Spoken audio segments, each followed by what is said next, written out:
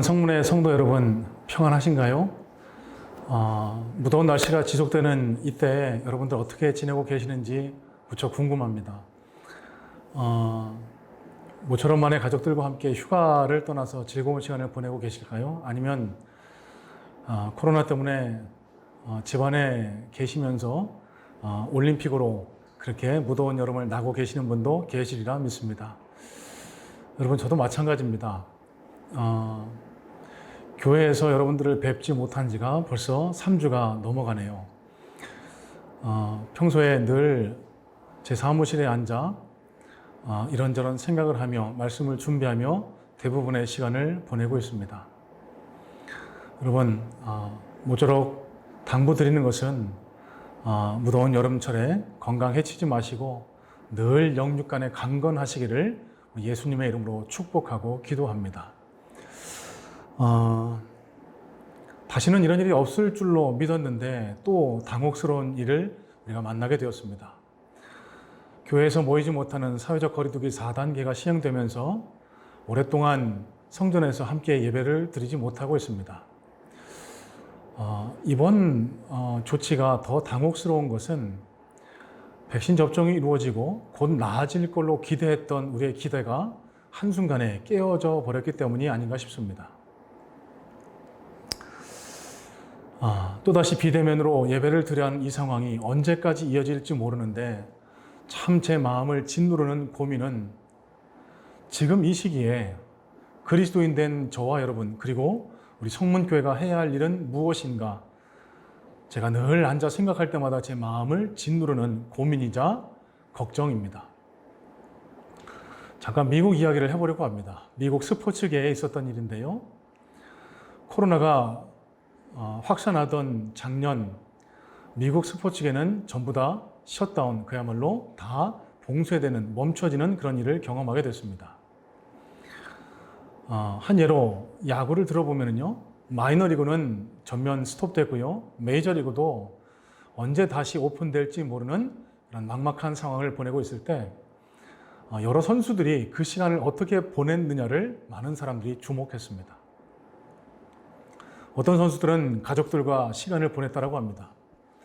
어쩔 수 없이 주어진 시간을 나름대로 긍정적으로 생각하며 보내려고 한 노력이라고 생각이 되지요. 또 어떤 선수들은요, 다른 일자리를 찾기도 했다고 합니다. 당장 눈앞에 닥친 경제적인 손실을 그냥 두고만 볼 수 없었기에 그런 일을 했겠죠. 그런데 많은 이들의 눈길을 끈 선수가 있는데요. 이 선수는 어쩔 수 없이 주어진 이 시간 동안에 다른 곳에 눈을 돌리는 것이 아니라 개인적인 훈련, 그러니까 자신이 야구 선수로서 다잡아야 할 기본 중의 기본기를 다시 반복하면서 자신의 체력과 기본기를 다시 쌓았다는 것입니다. 이 선수는 자신의 이런 훈련 과정을 SNS를 통해 팬들과 소통하면서 많은 이들의 주목과 감동을 이끌어냈다고 합니다. 얼핏 보면 그리 대단할 것 같지 않은 그저 기본기를 훈련하는 그 영상이 왜 많은 사람들에게 감동과 호응을 이끌었을까요? 그것은 아마도 어려운 때 낙심하지 않고 다른 곳에 눈을 돌리지 않고 자신이 해야 할 기본적인 사명에 충실한 모습, 그 모습을 사람들은 아름답게 봤기 때문이 아닐까 생각을 하게 됩니다. 코로나로 인해서 우리 모두가 다 어려운 때를 지나고 있는 지금 이 시기에 우리가 돕고 섬기고 있는 각 나라 선교지에서 귀한 소식을 전해와 주셨습니다. 잠깐 영상을 보고 다시 돌아오도록 하겠습니다.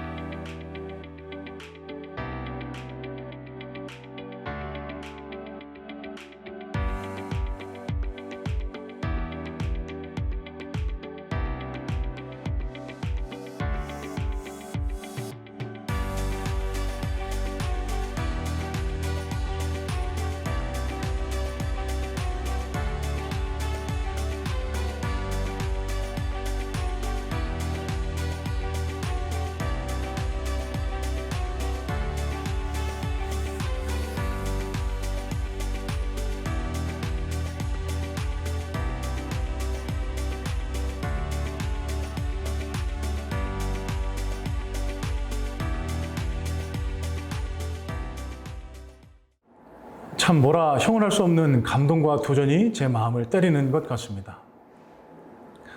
코로나로 인해서 정상적인 사역 환경이 주어지지 않은 이때에 선교사님들이 그리고 사역자들이 자신이 맡은 사명에 충실하기 위해서 사명을 감당하고 있는 모습이 제 마음에 감동을 또 도전을 주었다라고 생각을 합니다. 여러분, 앞서 드린 말씀입니다. 위기 앞에서 기본에 충실한 모습은 감동을 줍니다. 도전을 선사합니다. 이런 생각에 저는 지금 우리 성도가 그리스도인이 교회가 해야 할 일은 과연 무엇일지에 대해서 한번 고민해 보게 됐습니다. 아무것도 할 수 없다고 손 놓고 맥없이 이렇게 시간만 보내고 있을 것인가요? 그럴 수 없습니다. 성도는 성도다운 그리스도인다운 기본기를 갖춰가는 것이 중요하다고 생각합니다. 교회가 교회다움을 회복하는 기본기를 갖춰가려고 애쓰고 몸부림치고 그렇게 땀 흘려 나갈 때 하나님께서도 우리 교회를, 우리의 신앙을 아름답게 보시고 또 우리를 향해 그토록 손가락질하는 세상도 교회를 향한 시선이 바뀌어지는 그런 일이 일어나게 되지 않을까요? 자, 그렇다고 하면은 교회와 성도가 갖추어야 할 기본기는 무엇일지에 대해서 한번 생각을 해보게 됩니다. 어떻게 하면 우리가 기본으로 돌아갈 수 있을까? 내가 누구이고 내가 무엇을 해야 할지는 나의 정체성이 결정한다라고 생각을 합니다. 이런 맥락에서 코로나의 시기를 지나고 있는 이때 우리 그리스도인인 저와 여러분들이 기본으로 돌아가기 위한 우리의 정체성은 무엇인지 사도 베드로가 베드로의 전서에 남긴 그의 가르침을 통해서 우리가 몇 가지 함께 묵상하며 우리의 다짐을, 각오를 나누기를 소망합니다. 자, 베드로전서 2장 9절 말씀인데요. 여러분 자막에 나와 있는 줄로 믿습니다. 여러분 마지막이라도 이 말씀을 함께 마음속으로 입술을 모아서 같이 읽어봤으면 좋겠습니다. 베드로전서 2장 9절입니다. 너희는 택하신 족속이요 왕 같은 제사장들이요 거룩한 나라요 그의 소유가 된 백성이니 이는 너희를 어두운 데서 불러내어 그의 기이한 빛에 들어가게 하신 이의 아름다운 덕을 선포하게 하려 하심이라. 여러분, 베드로 사도가 초대교회 성도들에게 우리는 과연 어떤 사람인지에 대해서 가장 극명하게 역설하고 있는 말씀이 바로 이 말씀입니다. 자, 그렇다고 하면 이 말씀을 통해서 우리가 깨달을 수 있는 그리스도인의 정체성, 첫 번째입니다. 택하신 족속, 영어 성경에는 chosen people이라고 그렇게 번역을 하고 있습니다. 우리는 하나님께서 세상으로부터 불러내어진 세상 사람들과는 구별되어진 택한 백성이라는 사실입니다. 여러분, 누구나 다 잘 알고 있는 사실이라고 믿습니다. 한 개인이 그리스도 예수를 만납니다. 그때부터 그 인생은 대전환의 역사를 맞게 됩니다. 그래서 우리가 인류 역사를 Before Christ, 그러니까 BC와 AD, 아노 도미니, 그리스도의 영광이라는 단어 라틴어인데요. 예수님으로 인해서 인류 역사가 전과 후로 나뉘었듯이 한 개인의 일생도 예수님을 만난 이전과 이후가 나뉘어지게 됩니다. 이전에는 세상에 속한 자, 사단에게 속한 자였지만 이제는 하나님 나라에 속한 자, 하늘나라에 속한 자가 된다는 것이죠. 이전에는 하나님의 관심과 하나님의 보호하심의 은혜, 축복과는 아무 관계없는 사람이었지만 이제는 하나님의 백성, 하나님의 자녀가 되어 하나님의 인도하심과 하나님의 보호하심의 은혜 속에 거하는 하늘나라 백성이 되었다는 사실입니다. 여러분, 이 첫 번째 정체성으로부터 파생되어지는 또 다른 정체성이 있습니다. 우리는 거류민, 이방인이라는 사실입니다. 자, 이어지는 베드로전서 2장 11절 말씀에 이런 말씀이 기록됩니다.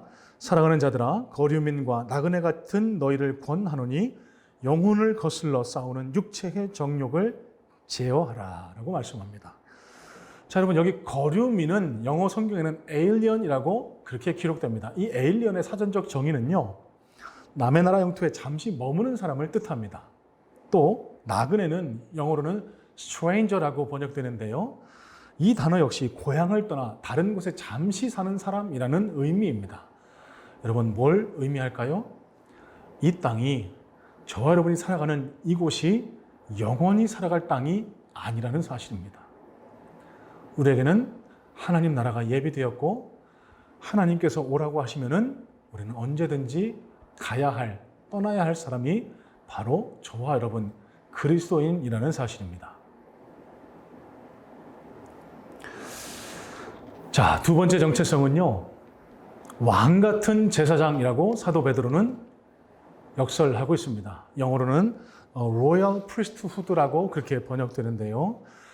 여러분 아시는 대로 구약 시대에는 제사장이 아무나 될 수 없었습니다. 또 하나님의 임재를 상징하는 성소에 아무나 들어갈 수 없었습니다. 오직 제사장만이 들어갈 수 있죠. 그리고 또 지성소라는 곳에는요, 오직 한 사람 대제사장만 1년에 딱 한 번 대속죄일 욤키푸어라는 날에만 들어가서 하나님을 대면할 수 있었습니다. 그런데 예수님이 오셨습니다. 예수님이 다른 모든 사람과 하나님의 임재를 상징하는 성소 장막을 위에서부터 아래로 찢으심으로 인해서 그 이후로는 누구나 다 하나님의 은혜로 하나님 앞에 나아갈 수 있는, 그래서 우리 모두가 다 대제사장이 되었다라고 베드로 사도는 말하고 있는 겁니다. 자, 여러분 여기서 우리가 한 가지 중요하게 깨달아야 할 것이 있습니다. 야, 내가 대제사장이 됐다. 내가 제사장이래. 여러분 이렇게 마냥 좋아하고만 있을 일은 아니라는 겁니다. 이 대제사장의 직분이 주어졌다라는 말씀은요, 우리에게 특권이 주어졌다라는 의미보다는 우리에게 무거운 책임이 주어졌다라는 뜻을 더 강하게 내포하고 있다는 것입니다. 여러분, 제복 입은 사람들을 한번 생각해 보시기 바랍니다. 의사, 간호사, 경찰관, 소방관, 군인, 제복을 착용함을 통해서 본인이 어떤 사람인지를 많은 사람들이 알게 합니다. 자, 그 제복이 가져다 주는 의미는 많은 사람들이 그 제복에 걸맞은 행동, 사명 수행하기를 기대하고 있다는 것을 뜻하고 있습니다. 마찬가지입니다, 여러분. 그리스도인 된 우리가 하나님의 대제사장 됐다는 사실은 특권뿐 아니라 우리에게 귀한 사명이 주어졌다는 사실을 우리는 놓치지 말아야 합니다. 자, 그럼 어떤 사명일까요? 오늘 함께 읽은 베드로전서 2장 9절의 하반절이 그 사명에 대해서 명확하게 밝혀주고 있습니다. 2장 9절의 하반절입니다. 이는 우리에게 그 두 가지 정체성을 주신 이유가 바로 이거라는 겁니다. 너희를 어두운 데서 불러내어 그의 기이한 빛에 들어가게 하신 이의 아름다운 덕을 선포하게 하려 하심이라. 여러분 무슨 말일까요? 예수 믿어서 나만 잘되고 나만 복받고 나만 평안하기 위해서 하나님이 우리를 부르지 않으셨다는 의미입니다. 왜 우리를 택하셨나? 왜 우리에게 대제사장의 사명을 허락하셨나? 그의 영광을 많은 사람들에게 드러나게 하기 위해서 우리에게 이 정체성을 허락하셨다는 사실입니다. 여러분, 이것이 뭘 뜻할까요? 선교적 사명을 뜻하고 있습니다. 사도 바울도요, 자신을 사도 삼아주신 하나님의 목적과 의미에 대해서 로마서 15장에 이렇게 밝히고 있습니다. 로마서 15장 16절인데요. 이 은혜는 곧 나로 이방인을 위하여 그리스도 예수의 일꾼이 되어 하나님의 복음의 제사장 직분을 하게 하사 이방인을 제물로 드리는 것이 성령 안에서 거룩하게 되어 받으실 만하게 하려 하심이라. 여러분 이게 무슨 말입니까? 아무 자격 없는 나, 예수 믿는 자들을 핍박하고 죽이고 잡아 가두려 했던 나, 그 저주받아 마땅한 나를 구원하신 그 하나님의 은혜, 왜 나를 구원하셨나 생각해봐도 나를 통해서 이 예수 그리스도의 복음을 전하라고 하시는 이 사도적 사명을 내게 주기 위함이시다라는 말씀 아닙니까? 예수 믿는 저와 여러분이 선교적 사명 앞에 늘 깨어 있어야 할 이유가 바로 여기에 있다고 생각을 합니다. 우리는 그리스도인입니다. 하나님이 우리를 제사장으로 택해 불러 세우셨습니다. 그러면 그 부르심의 목적은 우리로 하여금 당신의 영광을, 덕을 많은 이에게 선포하게 하려는 선교적 사명을 감당하라고 부르셨다는 사실을 잊지 말아야 합니다. 그렇다면 우리가 어떻게 전해야 할까요? 여러분, 삶으로 전하는 겁니다. 목사님, 지금 코로나인데 우리가 어디 외국 나가서 단기 선교로 그렇게 선교할 수 없잖아요. 예, 맞습니다. 지금 그렇게 할 수 없습니다. 하지만 지금 우리가 할 수 있는 일이 있습니다. 아까 우리가 영상을 함께 나눴습니다. 우리 그 선교지에서 눈물 뿌려 기쁨으로 그렇게 땀 흘려 헌신하는 선교사님들을 위해서 우리가 마음을 모아서 함께 기도하는 겁니다. 하나님, 저 하나님의 마음이 머무는 곳에, 예수님의 눈물이 머무는 곳에 자신의 삶을 포기하고 희생하며 저렇게 눈물과 땀을 뿌리는 선교사님들에게 복과 은혜를 허락해 주세요. 하나님, 저곳에 주의 영광이 크게 드러날 수 있도록 도와주세요. 여러분, 우리가 함께 마음을 모아 기도하는 것, 그것이 우리에게 맡겨진 선교적 사명을 감당하는 귀한 방법 아니겠습니까? 여러분, 이번 코로나를 이기는 슬기로운 신앙생활의 목적이, 또 성문교회 8월 백신의 목적이 바로 여기에 있습니다. 신앙의 기본으로 돌아가자는 겁니다. 말씀과 예배, 기도에 충실한 우리 성모의 성도님들 되시기를 부탁을 드립니다. 그리고 우리가 꼭 잊지 말아야 할 한 가지 기본이 또 있다는 사실도 놓치지 마시기 바랍니다. 선교적 사명입니다. 어떻게 감당할까요? 여러분, 기도하실 때 선교사님들을 기억하시면서 우리를 대신해서 선교지에 나가 땀과 눈물을 흘리시는 그 선교사님들을 기억하시면서 함께 기도에 동참해 주시기 바랍니다.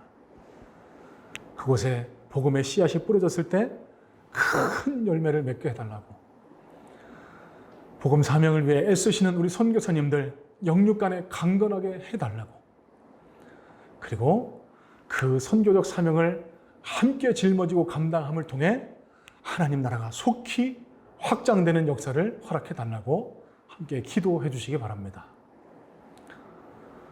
여러분, 오늘 이 메시지를 여러분들과 함께 나누려고 준비하는 내내 제 마음속에 울려왔던 찬양이 한 곡 있습니다. 우리 이 찬양을 함께 들으면서 오늘 함께 나눈 이 메시지를 생각하며 함께 마지막 한 목소리로 결단하며 기도하는 시간을 가졌으면 좋겠는데요. 원하고 바라고 기도합니다 라는 찬양입니다. 여러분, 이 찬양의 가사가 이렇습니다. 하나님의 꿈이 나의 비전이 되고 예수님의 성품이 나의 인격이 되고 성령님의 권능이 나의 능력이 되길 원하고 바라고 기도합니다. 여러분, 하나님의 꿈이 우리의 비전이 되어야 하지 않겠습니까? 예수님의 눈물이 머무는 곳에 우리의 시선과 마음이 머물러야, 그래야 저 여러분들이 바로 선 그리스도인이 되지 않겠습니까? 우리 함께 찬양을 함께 묵상하면서 하나님의 주시는 감동을 따라 하나님, 제가 이 선교적 사명에 마음을 열고 기쁨으로 기도로 동참할 수 있도록 도와주세요. 앞으로 이어질 3주 동안 인도, 필리핀, 페루의 소식을 접하며 함께 기도할 텐데 하나님, 그곳에 놀라운 은혜와 축복을 허락해 주세요. 우리 이런 마음으로 함께 찬양을 들으시면서 묵상하며 기도하는 시간을 갖도록 하겠습니다.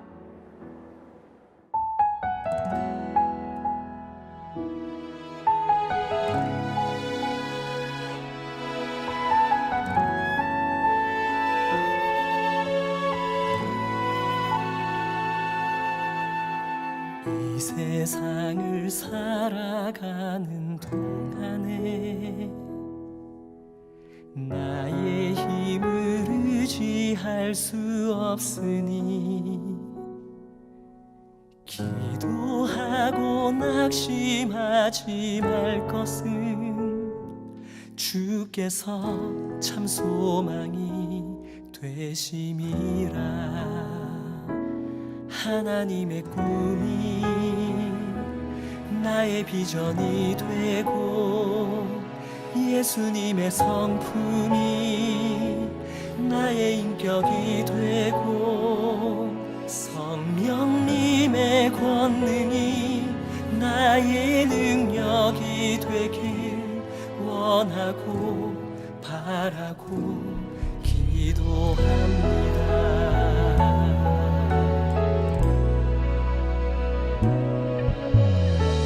세상을 살아가는 동안에 나의 힘을 의지할 수 없으니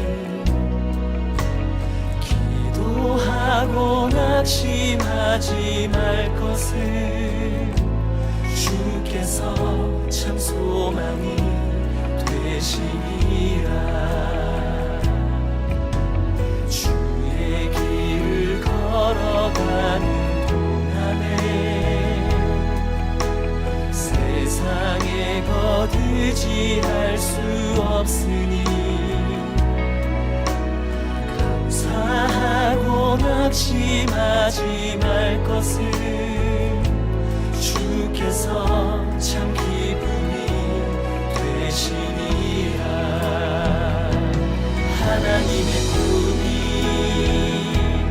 나의 비전이 되고 예수님의 성품이 나의 인격이 되고 성령님의 권능이 나의 능력이 되길 원하고 바라고 기도합니다.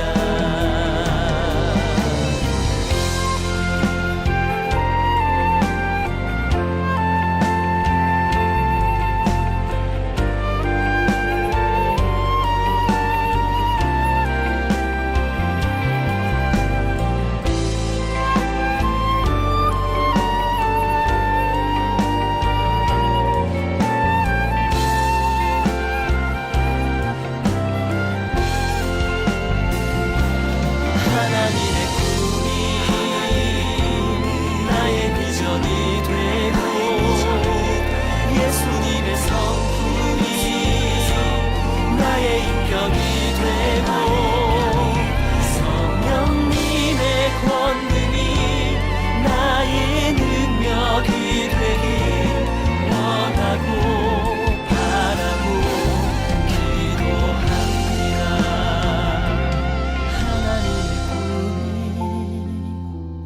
나의 비전이 되고 예수님의 성품이 나의 인격이 되고 성령님의 권능이 나의 능력이 되길 원하고 바라고 기도합니다. 하나님의 꿈이 나의 비전이 되고 예수님의 성품이 나의 인격이 되고 성령님의 권능이 나의 능력이 되길 원하고 바라고 기도합니다. 원하고 바라고 기도합니다. 원하고 바라고 기도합니다.